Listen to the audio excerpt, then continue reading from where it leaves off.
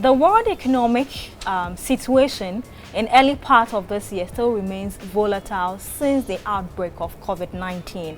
How has the investment banking industry been faring?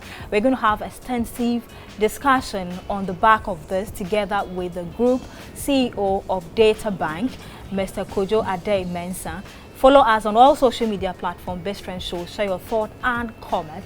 Many thanks to my sponsors, Leap Tomato Paste, Good Tomato, Good Taste. NPRA is encouraging whether you're an employee or an employer, remember to do your contributions.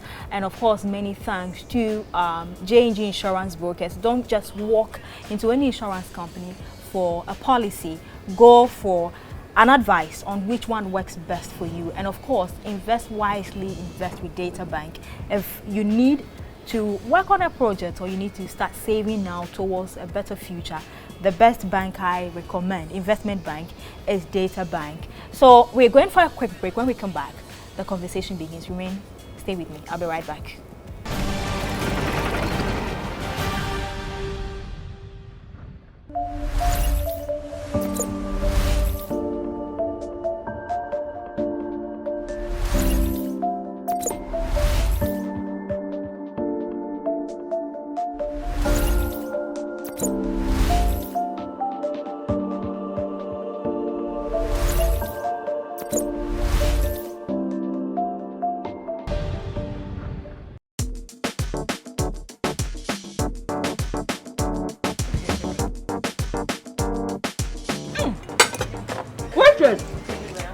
Tomato paste bana wudi eduane no. I don't want to leave tomato paste in Ghana. Ah!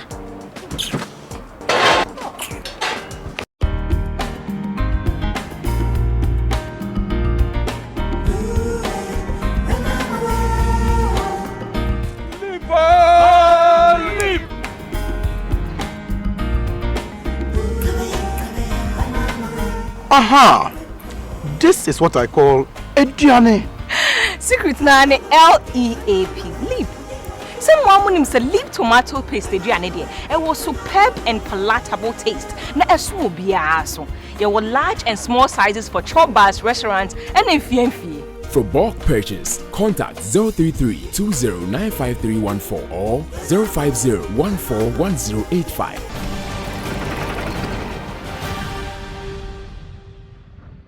Welcome back from that quick break. It's still Best Friend Show. Thank you very much for joining us again. Thanks for having me again. Right. How are you doing? I'm well. Yeah. Do I say I'm well?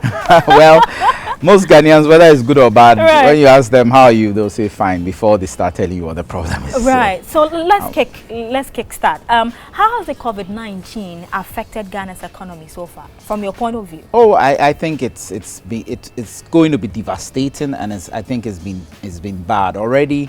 There were projections of a GDP growth of about 7%. That was what was originally targeted, but right, I think it's now been revised downwards to about just over 1% or 1.4, 1.5%. Yeah. Somewhere. So GDP-wise, honestly, it's terrible, and it's going to affect so many things. It's so obvious. I mean, it's so obvious. A lot of businesses are feeling the effects, and it's these businesses, especially the informal sector, that drives the economy of Ghana. You know, Ghana's economy, for all intents and purposes, is run 80% by the informal sector, whether we like it or not. And the informal sector is the hardest hit when it comes to the COVID pandemic. So if you ask me, Ghana's economy is really going to take a beating.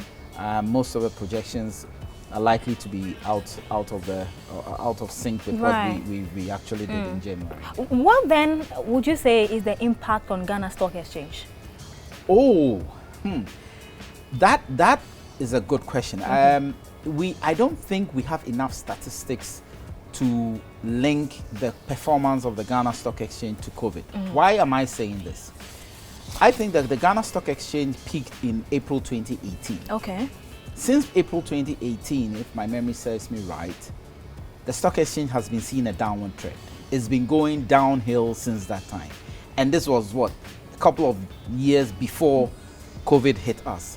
So a lot of people are quick to try and relate COVID to the performance of stock markets and all. But for Ghana's case, I will not relate the current trend or the downward trend of the stock exchange directly to COVID.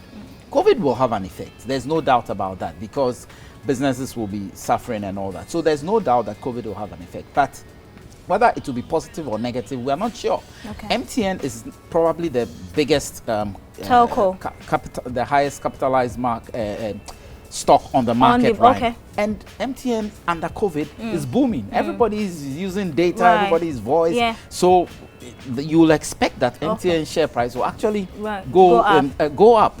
Pharmaceuticals, you will expect that the merger between Ayrton Denex, that company is going to go up. Intravenous, you will expect that because people will need more intravenous infusions, definitely the price is going to go up. So when people say the effect of COVID is necessarily going to be negative, not necessarily so. It could have very, very positive effects. I mean, if you think of Unilever, everybody was trying to buy to stock. There was overbuying to stock. So you will expect prices to actually start going up rather than down. Yeah. But the downward trend started way before COVID. Okay. And there are other factors that contributed to are that. contributing to Right. it. So I will not directly link the COVID situation with the downward trend of the stock exchange. I think the data points are not enough for us to do any proper statistical regression analysis and all that. Right. Would you say the pandemic is likely to affect the growth outlook of investment bank in 2020? I think so. I think definitely it's going to affect. Why do I say that? Because people have lost jobs. I mean, whether we like it or not, investment banking, fund management is a result of disposable income. And people have lost jobs. Those who haven't even lost jobs, the business volumes have dropped. So you will expect that it's going to be affecting us negatively. We are yet to see the full impact, but you know, with I'm sure the questions will come, but with the digitalization that we've brought in and alternative ways of doing things, I'm not sure the impact is going to be that terrible. Okay. Granted, most fiscal doors were closed for a while, but now financial institutions are opening their fiscal locations again. So when that happens, I think in the course of time we will be able to tell. But it's a very difficult call. The default is for everybody to say, "Oh, it will be negative," but I'm not in that space. I don't think that everything is, "Oh, we throw our hands up in the air and say because of COVID we are going negative." On the contrary, you may never tell that because of COVID we could go positive. Is it Kasaprekon? Their lines have been switched. They are now producing hand sanitizers. So they are not producing their core alcohol. The normal, but that's still revenue, and they are isn't still it? in the market. And they are still in the market. There are people still employed. I mean, that's smart business. Exactly. And it's not only them. Other people, the fabric companies, they are now switching from sewing clothing to sewing face masks. It's selling like hotcake out there. People are doing all sorts of things. So because our life is changing, people think it's all negative. It's not all negative. Okay. We should look at the positive aspect. I see a lot of positives from it. A lot of positives. Must commercial banks be wary of the COVID-19 impact on non-performing loans? Obviously. I mean, look, let's take a hypothetical situation. Okay. COVID started in China. Actually, late November. People say December. But it started in China late November. Okay. So imagine I'm a businessman and I have links in China. I was importing stuff to come in and sell and all that. So I went to the bank in November and took the loan out. Told the bank that I'll start paying. They will give me maybe 6 weeks moratorium because of import clearing. So they'll give you 6 weeks moratorium. By January, when you think that your goods are coming for you to sell, China is locked down. Your goods are stuck. Meanwhile, you've taken the loan. Yeah. So the loan is sticking. That's an NPL right there. That's a non-performing loan right there, whether you like it or not. I'm a car importer. I go to the bank. I say I'm going to import cars. I actually send the money to wherever I'm importing from, US, Germany, Holland. The thing is ready, container, everything set, locked down in Holland.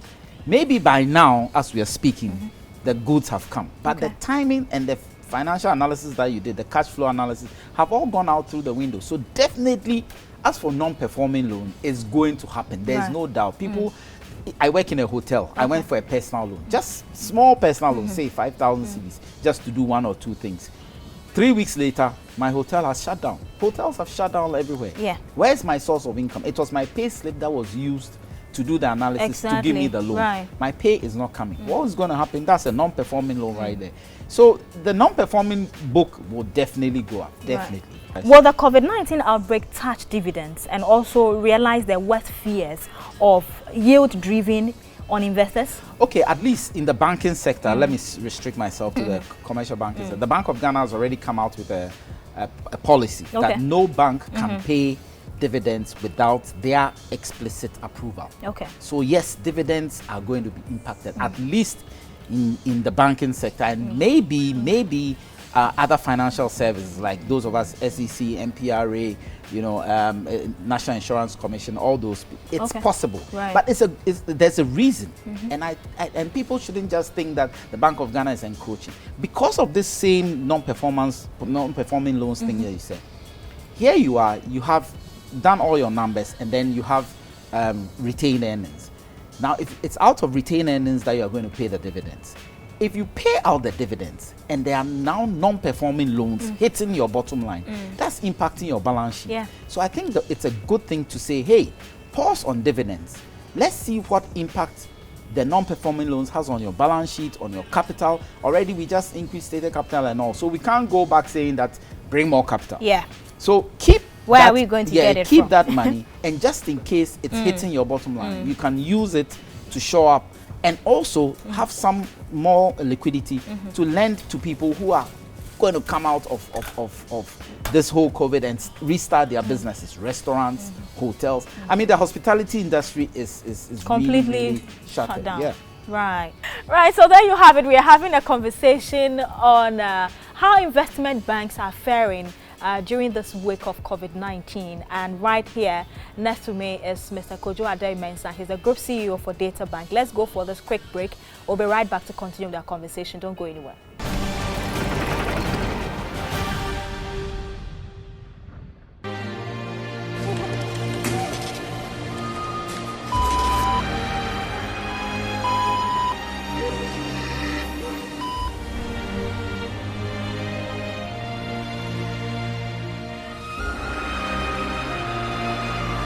When you've worked hard for your money, you want to make sure you're investing it with the right company. And when you need your money, it will be there for you. As Ghana's leading investment bank, Data Bank has been helping Ghanaians achieve financial independence since 1990. At Data Bank, you can purchase mutual funds, treasury bills, or shares. We're one of Ghana's leading pension and provident fund managers. Backed by our world-class research team, Data Bank has a proven track record of strong performance and good corporate governance. Knowing where to invest is key. Invest wisely, invest with Data Bank.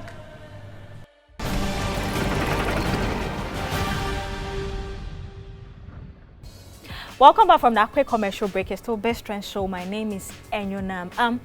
Kojo, how can banks restructure loans that customers have taken without any difficulty to both parties? It's not a one size fits all. There'll be each and every situation will have a different solution. But I like to just try and speak to the common one. I mean, not huge, hundreds of thousands of loan kind, but the 5,000, the 10,000, the 50,000 type of loans, all that. In my view, in my personal view, I think the best thing is to increase the tenor. Okay. You see, that if it was a 3-year loan, now maybe make it a 5-year loan. Once you do that, then the repayment amount will drop. You see, so the rates could remain the same, everything, but the time frame that you are giving, the amount of money that you will be paying then drops. Then you as a bank, you will still earn your income. You will not have a non-performing loan situation, because with the new accounting standards that have come, if you have a non-performing loan, the impact on your bottom line is huge. Okay. So it is to your own benefits, in your interest as a bank, to try and make sure that you and the client have come to a compromise where the client is comfortable paying what it is that he or she can pay, and you as a bank, you are also not having to record a non-performing situation. What physical measures would you suggest that government put in place to deal with the shocks that are going to occur within the financial sector amid so the COVID-19? if I get your question, fiscal as in FISCAL, right? That's fiscal policy. It's difficult to tell government to control expenditure. At this point in time, it's very, very difficult to tell government to control expenditure, especially in the health sector. The health sector needs so much injection of money because we need bedding facilities, you need ventilators, oxygen, PPEs, personal protective equipment. It's very, very, very difficult. At the same time, revenues that they will be earning from the ports and all is really dropping. So what I would recommend though is not like cut expenditure or yes, of course they have to, as for revenue, they have to try and increase revenue, but let us keep the expenditure within the same amount that we expected to, but we have to reallocate. And in my view, we have to really reallocate in health, in agric. Education is suffering, but there has to be some way of now teaching our kids through technology, because the traditional way of schooling is not coming back now. And Ministry of Education has announced that collaboration between the sector and then GTV. They need to, but even the TV thing is a bit problematic. Why do I say so? Because I know people will say it's not everybody who has a TV, but when the TV program comes and goes, it's gone. There has to be a way that the child can always go back to study whatever it is that is. So where is it recorded? Where is it saved? So I would think that we need to start thinking about how we give every child a tablet of sorts.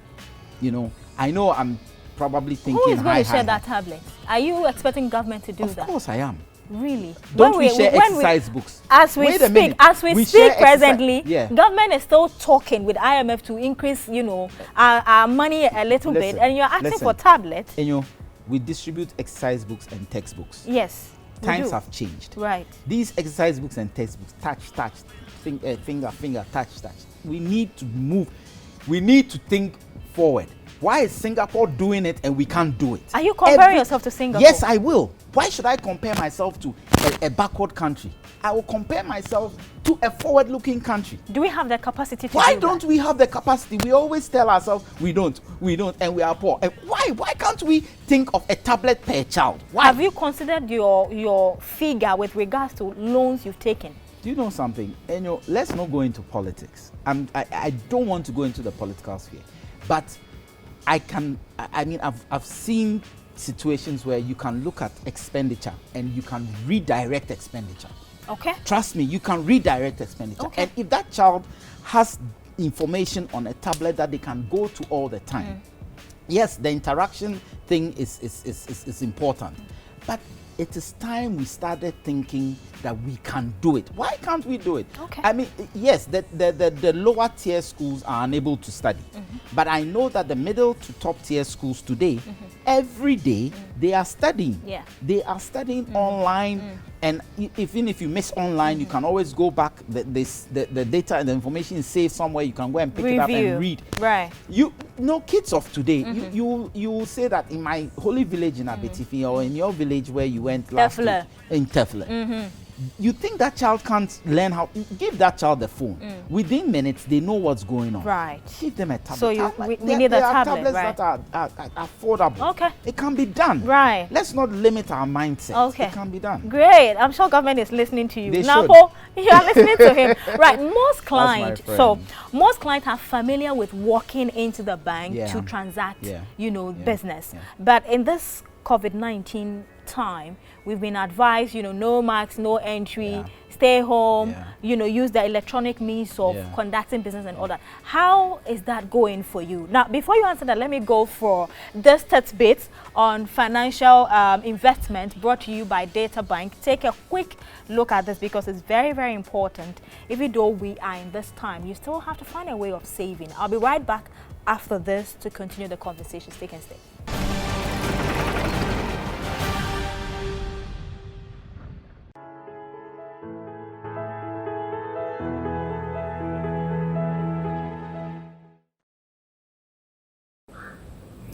So, as fund managers, I think we have a responsibility to our clients.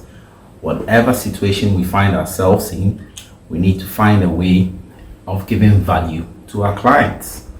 In these COVID times, it's not the time to start hiding behind the COVID, to throw our arms up in the air and just say we can't do anything. I don't think that is the right thing. This is the time to step forward, get our creative juices going, and think through what it is that we can do differently.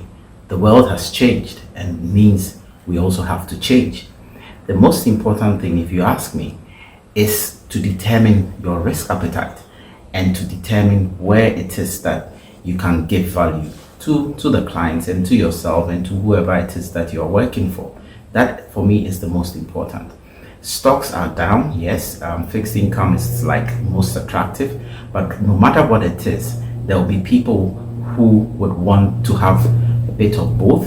There will be people who want to have extreme risk and just have a lot more equity. There will be people who will not want to take any risk and will just have to be at the fixed income side. But the important thing is to do your research, fish out those stocks that are still fundamentally good and have very good prospects, have conversations, use data to make your decisions, and just get the right balance. And I think eventually you'll be able to give value to whichever category of clients that you have in front of you. Thank you.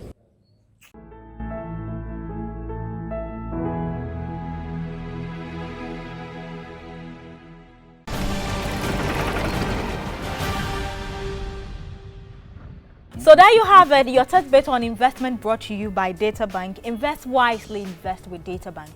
I asked a question about, effectiveness and all that with client. How is it going?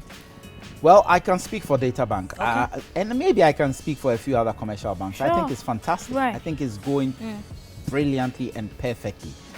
Initially, when we started 30th and 31st March, I remember that we had a few issues with our phone call system because we had to be doing rerouting.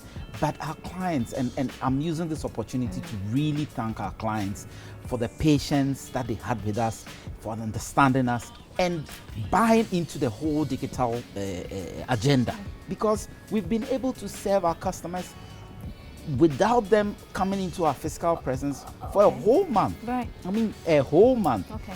We will resume our fiscal opening very soon, but I would still recommend that clients stay away from coming to visit us physically and still use the digital channels. It's working. There's no transaction, absolutely no transaction that you cannot do without sitting in the comfort of your home or your office. Absolutely no transaction. Name it, and you can do it. Right. We are still doing advisory work, communicating with the ministry, communicating with communicating with clients in London, in US. We are having conference calls. I mean, so suddenly people are questioning, why did we have to even sit in a plane and fly over here? Okay. Why did we? So it's good, and I think it's the future. Don't forget we have two categories of people. Yeah. How about my mom in Kaswa? Your mom in Kaswa, right. When you send her mobile money, does she know how to find the money and get it? She does. That's my simple answer. As long my as sister as help long as her. your My little your sister help her. So your sister will help.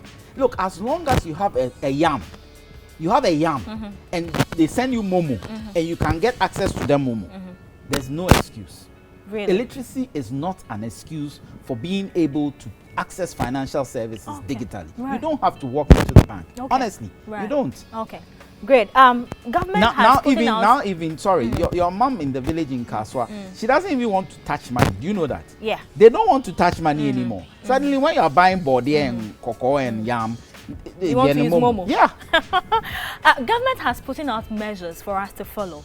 As an institution, DataBank, what internal measures have you put in place to ensure safety of clients, staff, and even, serving your client effectively? All protocols are being observed. Absolutely, 110%. In fact, we're soon going to put out a canopy to even control the number of people who can be in a branch at a time. No face mask, no entry. Veronica buckets, you wash your hands before. You have the sanitizers available. And internally, even our cleaners go around every hour. There are high touch points, door handles, washroom doors. You know, those are high touch points. So every hour is being cleaned with rubbing alcohol, and as much as possible, I mean, we'll keep the distances. So all the protocols are being observed 110%. But like I said, for 30 full days, not a single person worked from the office. Okay. 30 days. Right. So we have the ability to really still continue closing our physical locations. But I acknowledge that some clients still want to, walk in. Right. And so we will have to, meet those clients halfway. How best can investment bank augment the cashless system into their transactions, during these inefficiencies that we are having amid this COVID-19? No, I think the digital agenda is what it is. Okay. I mean, for us now, you can, learn about the product, open an account, invest money, withdraw, talk to an investment advisor, do everything without moving cash. And we partner our banks. We are not a commercial bank. Right. So we have to partner commercial banks. And I must give a lot of credit to all our partner banks. They are also really on board with the whole cashless agenda. So really, I mean, they used to say in our part of the world that as for cash, we can never do away with cash. But in the last 6 weeks, I think we've proven to ourselves that we can actually do without cash. And we can do all sorts of payments in different shapes, modes, and in any way. So cash is not really a big deal, if you ask.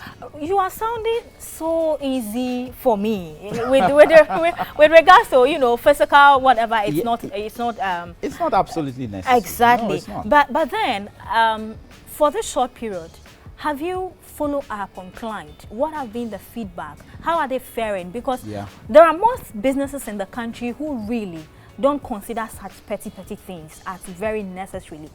From your angle, have you done anything of that sort? Oh yes, I mean, and let me tell you what we're doing. The clients who would still walk to our offices, Right. The security man used to call me and say, "Look, boss, we are being assaulted here. Right. People are pushing and saying, why are we not opening? Why are we not opening?"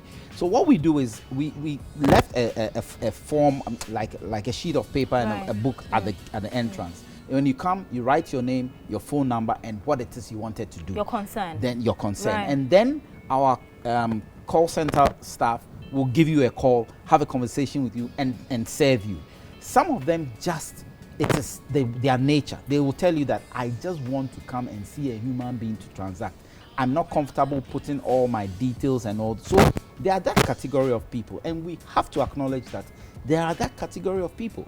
But let me tell you, a lot of those people have converted and realized that, look, why should I even sit in trotro and risk, getting infected, come in the sun, walk and all that, when really I can just relax, In the comfort do of your click, home. click, Right. and I'll get what it is that I want. I'll get a human being to talk to. Yes, some of them said when they are calling, it's not coming through. I can understand because, look, we have over 300,000 Yeah. clients. So when the calls are coming, some are on hold and all. So maybe when you come into the office, you'll be able to see somebody very Right. quickly. But hey, we can, every client sits in a certain category. But more and more, I think we are moving into the Any digital space. lessons learned in this outbreak? Yes, a lot of lessons. What I would like to tell people is you need to really realize that the world can change at the snap of a finger. Okay. And you need to be ready. We had been preparing our digital agenda since 2018. Thank God we were ready when it happened. So it is important that you don't think that Ghana, we are in our own world and something happened far away in Asia. Even a certain president said, oh, it's a Chinese problem. But now look at the impact it had on us. We are no more in our own island. We are part of a global world. Right. And whatever is happening out there can impact you. So open your eyes, listen, read, learn, prepare. Right. So that when it happens, you're ready. Your final message before we wrap up. How do we find DataBank? Where are you located? Oh, Any contact to share? Now we can be found across the whole world. You know, yeah, but I mean, our head office physically is on 61 Barnes Avenue in Adabraka. I mean, yeah, that's everybody knows. Our phone number 0302 610 610. Right. That is very important. Because when you call, then everything falls in place. Okay. Our website, www.databankgroup.com. Star 6100 hash is our base digital space. Okay. Star 6100 hash. You can get almost every product, any service that you want out there. We have star 73700 hash, star 71300 hash, all sorts of, we are on Instagram, we're on Facebook, name it. Right. You can find us everywhere, Okay. anywhere. Right. And you can transact anywhere in this world. I've got people who are transacting from Asia, from Across the globe. Across the globe. Right. So viewers, there you have it.